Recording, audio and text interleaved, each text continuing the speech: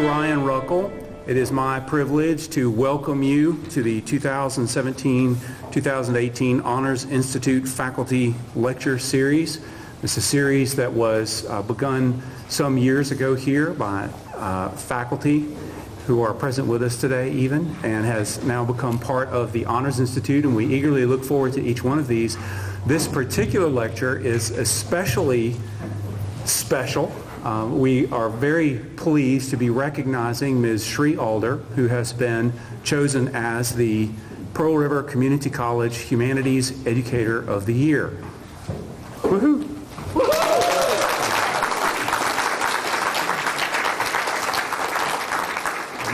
Much deserved honor, and with the honor comes the special perk of getting to talk to some of your closest friends about a few of your favorite things, which is what she'll be doing here in just a moment. The humanities represents a broad field of study that's quite flexible and can be understood differently by a number of different perspectives, but one thing that all these different perspectives share in common are the human. So if you are stuck by yourself on a desert island, guess what? The humanities are right there with you. We have in the humanities everything from history and literature to philosophy to religion to language studies to cultural studies, and really the cultural view or the human side of anything, whether it's engineering, technology related, or more traditional academics, can all be seen in terms of their human impact, their human expression, what they mean to the culture, what we learn from them by thinking about them culturally. Or, as I once got in trouble for saying, I think it was the Humanities Department at the University of Utah said, science and engineering can tell you how to make a T-Rex. The humanities can suggest why that might be a bad idea. With that said, we're so excited to have all of you here. We want to remind you, please turn off all noise-making devices. If you do need to exit, please use the nice wooden door over here. Facilities are down the hall. That door makes a little bit of noise. We'd like to encourage you to stay for the entire time. We'll get you out in good time. If you do want to sign your name in terms of credit or making sure that we know that you are here, please do so on the sign-in sheets over there. Afterward, there will be cake. And with that, I would especially like to welcome Ms. Carol Anderson of the Mississippi Humanities Council, who make this award possible.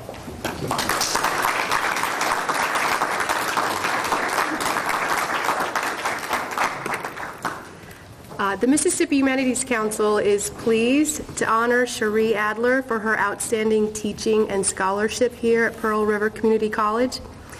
Every year, as part of National Arts and Humanities Month, we recognize Humanities Teacher Award winners at each of our state's colleges and universities.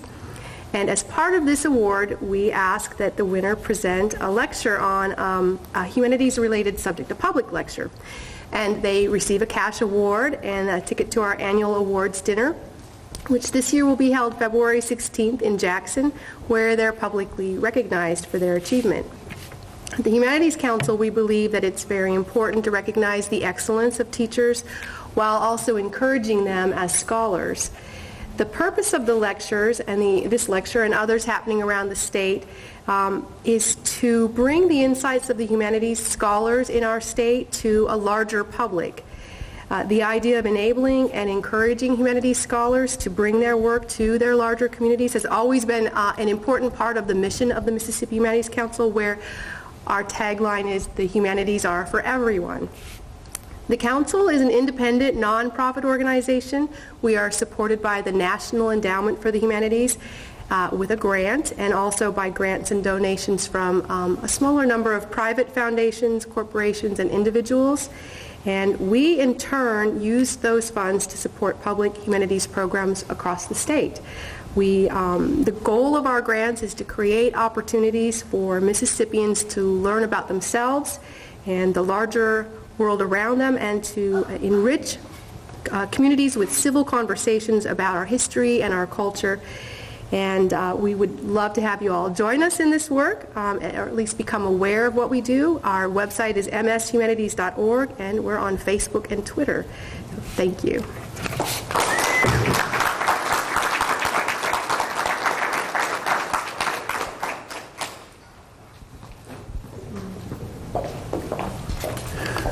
With that, I would like to call Ms. Sarah Ashlyn Barber, Phi Theta Kappan and honor student and president of the History and Humanities Club, to come and introduce Ms. Alder.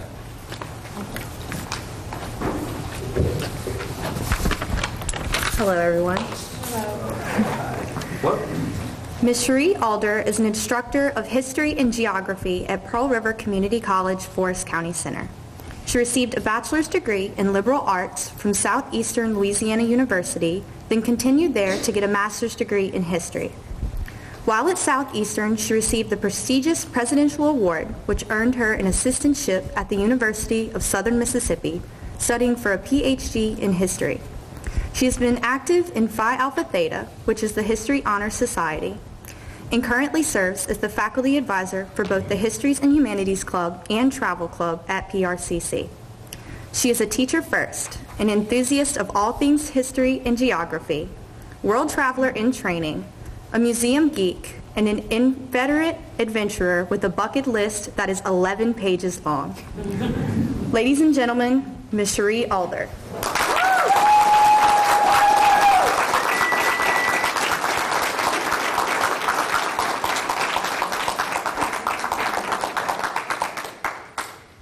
I teased her. She's never said my first name before, and she wasn't really sure she could do it. She did.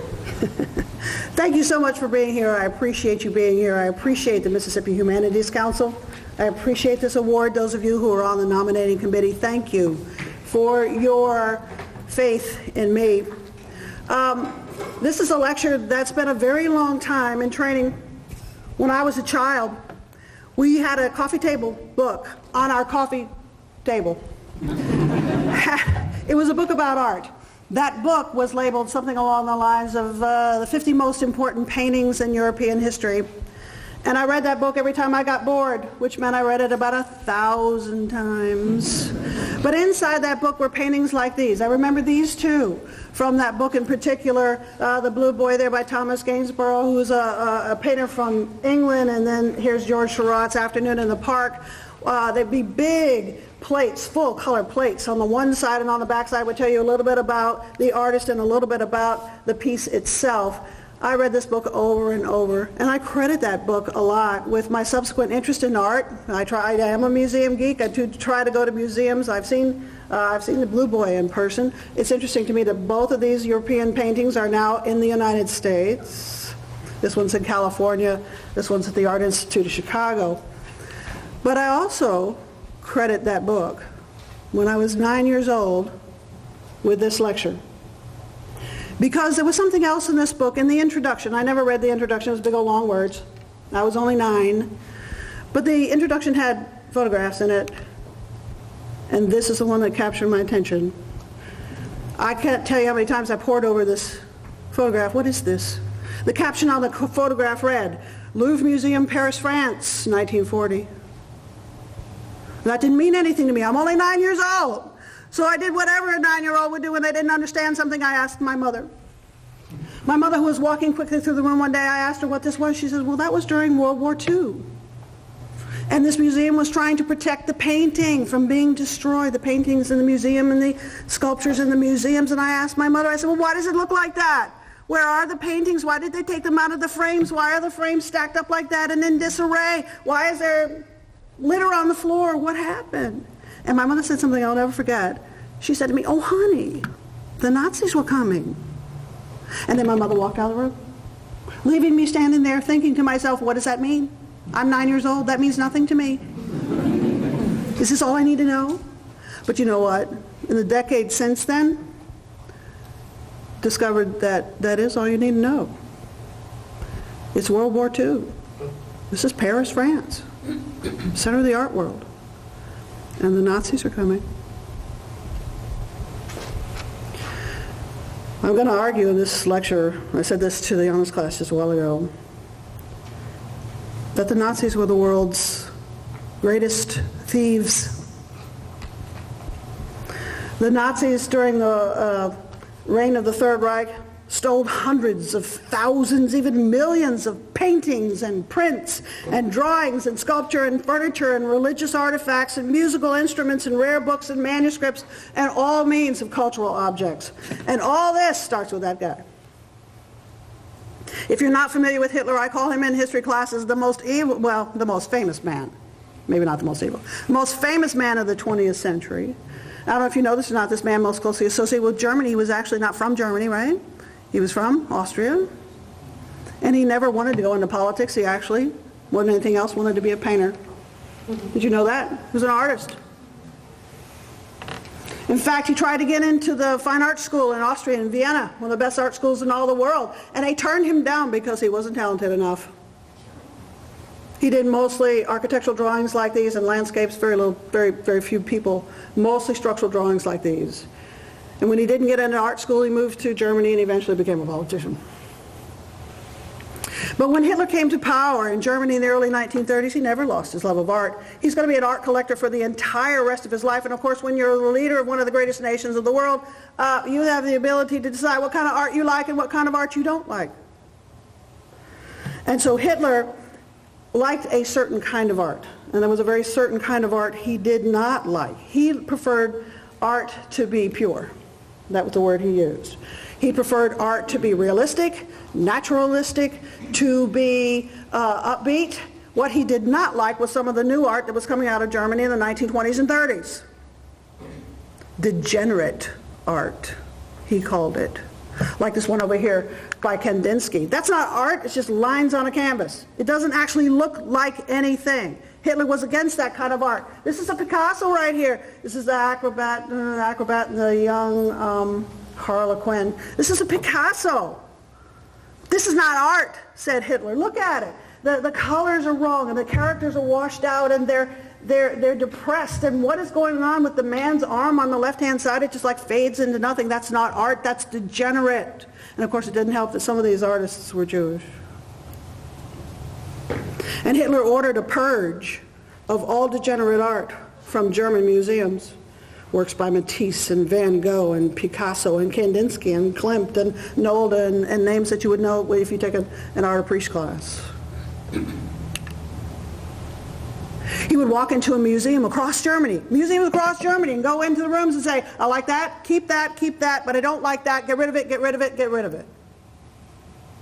The Nazis actually put on an art exhibit in the 1930s, in the late 1930s, 1937, for a few months, like between July and November of 1937, they actually put on an art exhibit of degenerate art. All that art that had been collected, they actually put it on exhibit, something like 650 works of art confiscated from German museums. Art by Jews, art that looked like it was an insult to women, art that looked like it wasn't realistic, it wasn't natural, and at the end of the exhibit they sold anything they could. Look at that Van Gogh's gone on sale. Look at that Van Gogh, that's a Van Gogh right there. Degenerate. That Picasso painting you saw a while ago sold for $1,600. A Picasso, which today would be worth more than $100 million. It sold for $1,600. And whatever they didn't sell, they burned. Hitler actually built an art museum in Germany to display the pure German art that he liked. He himself began collecting art with the proceeds of the autobiography that he wrote. He wrote an autobiography, made a lot of money from his autobiography, Mein Kampf, and used some of those proceeds to buy art. And when Hitler started buying up art that was taken from some of the places that we're going to be talking about, many of his henchmen would buy art with him. And Dr. Ryan Ruckel and I were talking a while ago, there is a saying, somebody has said, that if the Nazis hadn't existed, Hollywood would have made them up because they're just the perfect bad guys. One of the worst of the bad guys is that guy right there. This is Hitler's second in command. The founder of the Gestapo, the leader of the Luftwaffe, the Air Corps in Germany. This is Hermann Göring. Hermann Göring. Göring is going to become a bigger collector of art even than Hitler himself. Hitler wanted Nazi art to be purely Germanic. Göring just wanted something that was worth a lot of money that he could put in his house and act like he knew what he was talking about. He didn't care if it was degenerate, he just cared it was going to make him money. As the Nazis began to expand into, before the war got started, began to expand into some neighboring countries, many Jews in their path just fled. They just fled. And when these Jews fled, a lot of them left their houses and left a lot of their own personal belongings, their own personal art behind. Because many of the great art collectors, the art dealers of the time, were Jews. And one of the most famous, when Hitler's forces go into Vienna during the Anschluss, when Germany and Austria joined together, this particular painting is incredibly famous. It's by Gustav Klimt. It's a painting it's called The Gold Portrait, a painting of the Lady of the House, Adela Bloch-Bauer. This painting today worth more than $100 million. The family, in the wake of their decision to try to run for their lives, the family left this behind. And the Germans picked it up. Hermann Goering in particular let it be known to some Jewish families that he was amenable to being given gifts. That if you wanted to get out and you wanted to get out safely, you could do that if you gave gifts of art.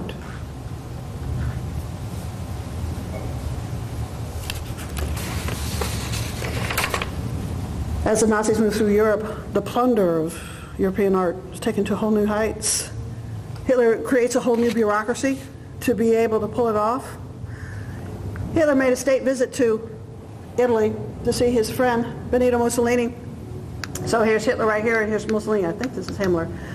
They're at the Borghese Gallery in Rome, taking a look at a Bernini statue there on the left-hand side. Hitler had never been to had never been to Italy before. He was so fascinated by the art that he saw in Italy that Hitler, when he came back from Italy, made the decision that he was going to take his hometown of Linz, Austria, and turn it into one of the greatest art capitals of the entire world. And Adolf Hitler actually had a model made of what his hometown was going to look like. He was going to build one of the greatest art museums ever in the history of the world. All he needed when that art museum was going to be built, it never got built, by the way, all he needed when this art museum was going to get built was he needed the art to put in it.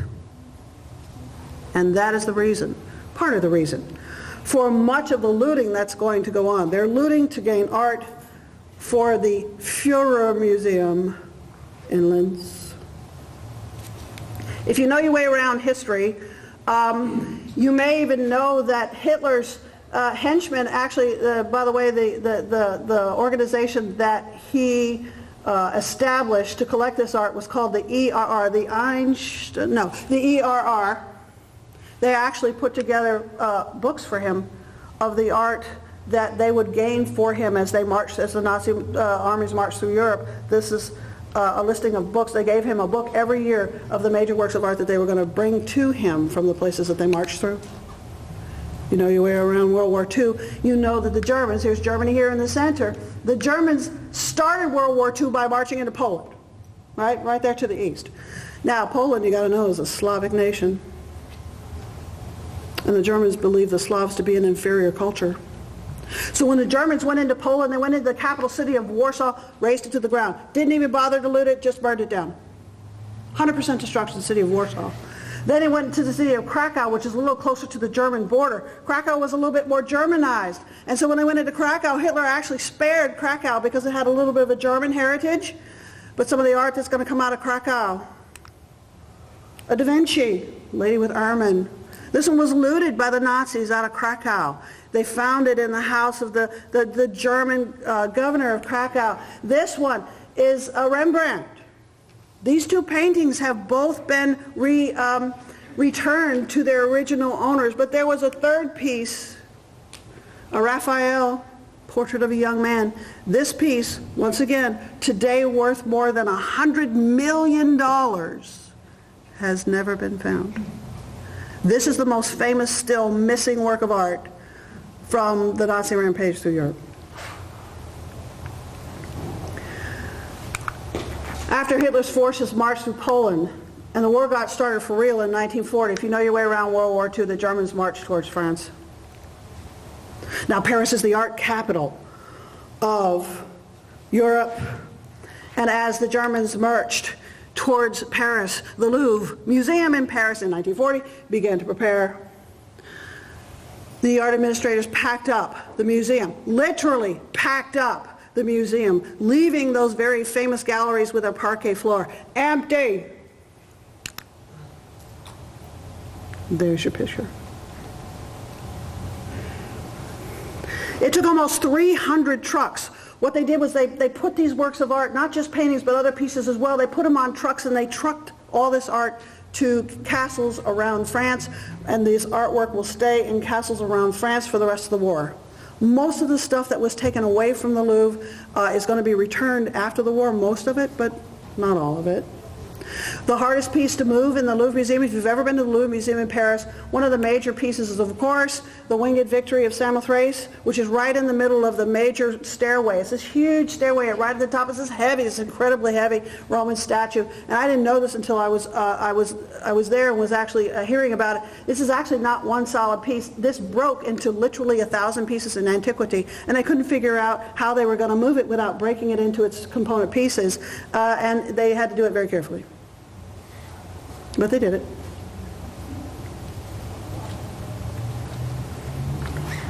All the art that came out of the Louvre Museum was taken to another museum in Paris called the Jeu de Paume.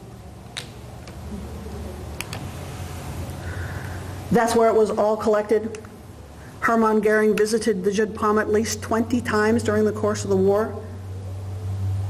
And he himself picked up at least 700 works of art for himself to take back to his own house. Once the looting of the museums of France, of Paris in particular, were finished, the ERR, this bureaucracy that Hitler had put together to collect famous works of art, they left behind the fine arts and they just started looting people's houses. You have to understand this is a very complicated issue, that the Nazis actually passed laws during their occupation of these countries that made it legal for them to loot. It was legal for them to loot. The Nazis passed laws that said if Jews left their houses, if Jews abandoned their houses, then all the property that the Jews left behind were considered ownerless and were available to take. So what the Nazis were doing was legal. And so what they would begin to do is go into Jewish houses and just they took furniture, they took household objects, they took clocks, they took pots and pans. And they put it all on trucks and they shipped it back to Berlin.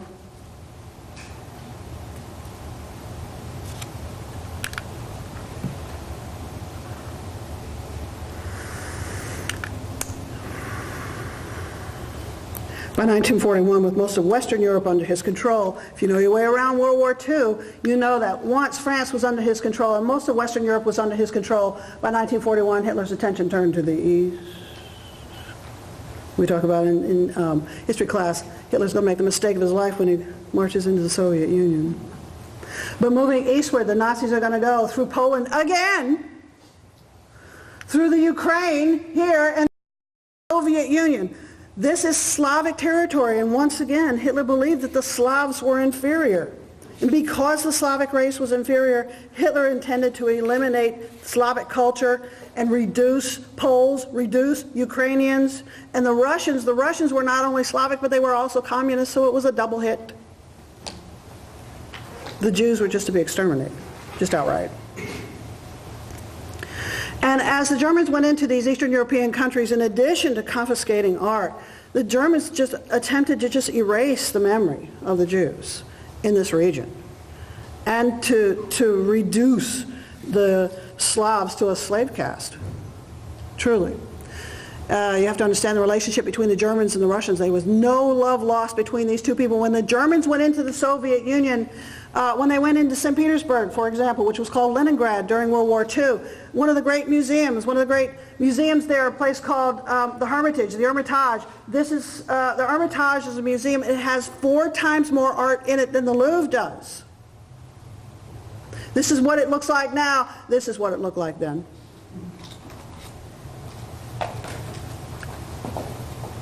The Hermitage is evacuated, and Russian trains took all that artwork out to Siberia. This Leningrad was under siege for 900 days during World War II. And the damage done to the castles, this is where Catherine the Great would have lived and Peter the Great would have lived, major castles from the era of the Tsars in the city of Leningrad or St. Petersburg. The destruction that the Nazis did when they were in the Soviet Union is a product of that animosity between those two people. Oh my gosh, look at this room, how beautiful it is. This is one of the most beautiful rooms in all the world. It's in the Catherine Palace in St. Petersburg or Leningrad. It's called the Amber Room. This is a work of art in and of itself. It's a room. It has gold leaf on the walls, and then covering that gold leaf on the wall was liquid amber. Imagine how expensive that was. And what happened when that amber hardened? Think about when this room gets hit by the sunlight or the lights turn on, this room just glows. But this room was given to Catherine the Great, a Russian Tsarina, by Frederick the Great, a Prussian, in the 1700s. So this room was a gift to the Russians by the Germans. And so what Hitler ordered happened to this room. Hitler ordered that this room be dismantled. The Germans took this room apart.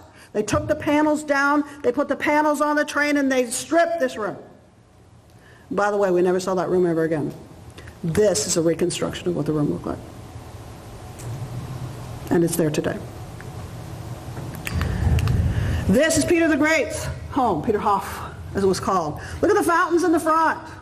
These fountains are made out of gold. This is what the Russians did to it. Those of you who are interested in other cultural works besides just the fine arts like this, those of you who are interested in music, Tchaikovsky. I mean, the Nazis, on purpose, went into Tchaikovsky's house and turned it into a motorcycle repair shop and took original manuscripts and just tossed them in the snow. The Germans went into the houses of Pushkin, the house of Tolstoy, and trashed them both. When the Germans had to retreat out of the Soviet Union at the very end of World War II, and you see these arrows here. The red arrows represent the movement of the Nazis eastward, but the blue arrows represent by the end of the war as the Nazis are pushed out of the Soviet Union coming from the east, and by the other allies, the Western allies coming from the west, the Germans are pushed back into their home territory. What's going to happen is the Soviets are going to go get their art from the Germans. The Soviets are not only going to get their own art back from the Germans, but they're going to steal some of the Germans' art themselves. And to this day, the Germans and the Russians disagree about who owns what.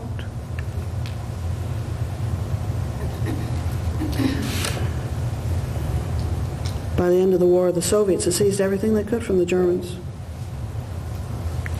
The Germans, for their own sake, as they're pushed closer back into Germany, as the end of the war approaches and Hitler's going to lose this war, and he knows he's going to lose this war, a lot of this art that has been confiscated by the Germans, they put into salt mines. Have you seen the movie The Monuments Men? There was a movie about this a couple of years ago.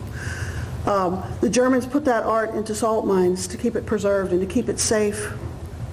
And at the very end of the war, after Hitler commits suicide, the Americans go in, the Brits go in, and they find this art in these salt mines. This is the commander of the European Theater of Operations. This is Dwight Eisenhower right here with some of his commanders. That's Bradley and Patton there. They go in just to see what was there. In these salt mines was 400 tons of art. Plus, a major plus for the Allies, the entire gold reserve of the Third Reich. This is gold.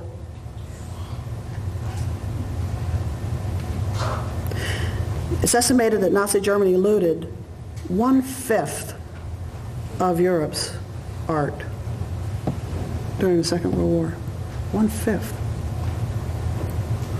And as the Nazis are defeated, most of the returning of this art, not the gold, the art, fell to the Americans and to the British to get it back to its original owners. Torah Scrolls. This is what the Americans found. This is what the Brits found. How do you get all this back to their original owner? How do you know who the original owner is? Now, many Americans, what does this have to do with what's in your attic? Many Americans who either helped find this art or protect this art when it was in mines and storage vaults and castles. Many Americans, even though they were under strict instruction from General Eisenhower not to loot the art, not to take some of this art for themselves, guess what many Americans did? they took the art for themselves. And they shipped it home. I don't know if you know this or not, but there is an international law that says you are allowed, because I have students all the time talk about how their grandfather brought back a pistol from a war. They brought back a flag, a Nazi flag from the war, a Japanese flag from the war. I don't know if you know this or not, but international law says you are allowed to pick up souvenirs from a battlefield, but not cultural objects. So Eisenhower had given strict instructions to Americans, don't touch those cultural objects, so of course we did. German and American officials say that thousands of pieces, thousands, crossed the Atlantic in footlockers and mail parcels in the 1940s. There was one man, it's a wonderful story of one American commander who won paintings in a card game. He won it in a poker game. Some American soldiers just bought pieces on the market, like this one. Most of the pieces were often very small, so it was easy to conceal. And so today, returning stolen art to their original owners is very difficult to do because there are a lot of issues that you have to think about. Who owns the art? Restoration of Nazi-looted art has accelerated in the last 20 years for two reasons. Firstly, because of the internet. Now you can go on the internet and see if a piece of art was looted, because they have databases now where you can see what looted pieces of art were. But the other reason that the restitution of Nazi-looted art has accelerated in the last 20 years is because most of the World War II vets are dying. And what happened was, any vet who did loot, whether on purpose or unknowingly, any vet who did loot when he or she died, now their children are getting those works of art as inheritance. And those children don't know what they have. The children didn't know that those works of art were looted. They didn't know where those works of art came from. And so what the children are trying to do, the children are trying to sell those works of art, or the children are at least trying to find out how much those works of art are worth, and then they find out that they're looted. Now what do? Are you under legal obligation to give the artwork back? The answer is no. You inherited it, you didn't steal it. You inherited it, fair and square. But you may be under moral conviction to do so. What about American museums? Many of the art pieces that were taken from Germany were given to American museums. They were donated to American museums. What do American museums do? Are they obligated to give them back to the original owner? The answer is no. If it's a donation, no, you're not obligated to give them back. And so, for American museums, this is a particular one, there's a statute of limitations. You can only hold a work of art for 20 years, and after 20 years, your statute of limitations is over. It's not considered stolen anymore. So this museum, this one is in Oklahoma, actually tried to say that this Matisse that was donated to the museum doesn't have to go back because the statute of limitations has passed on this piece. This piece worth $100 million. And so, what's in your attic?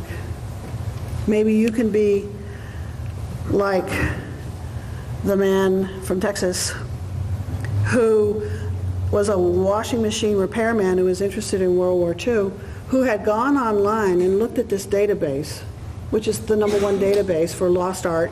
It's called the Art Loss Register. He was doing repair work for a washing machine, some man in Texas, and he saw a book on the shelf and thought that that book on the shelf of the man for whom he was doing the repair work looked kind of odd and out of place because it has a Nazi symbol on it. That washing machine repairman went to the Art Loss Register and discovered that what that man had, without knowing that he even had it, what that man had was one of Hitler's books of confiscated art, which has just been restored to the Holocaust Museum in Washington, D.C. Never know what you have. So I ask you, what's in your attic? Thank you very much.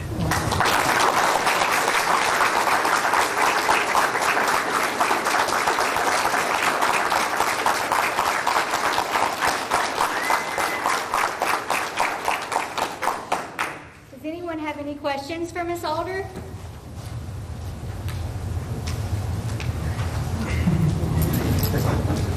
I would like to thank Ms. Alder for teaching us today.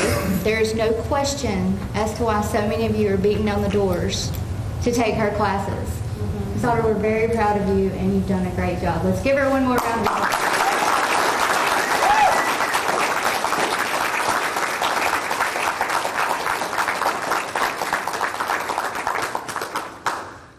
My name is Cheri, and I serve you as the Vice President for Forrest County. I would like to recognize some special guests who have come to be with us today. We have with us our President, Dr. Adam Gerwood.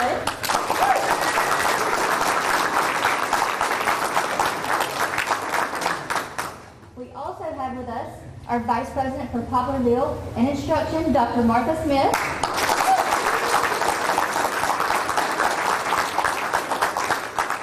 I would also like to ask our Dean of the William Lewis Honors Institute, Dr. Cheri Alder, and all of our honor students who made today possible, please stand and be recognized.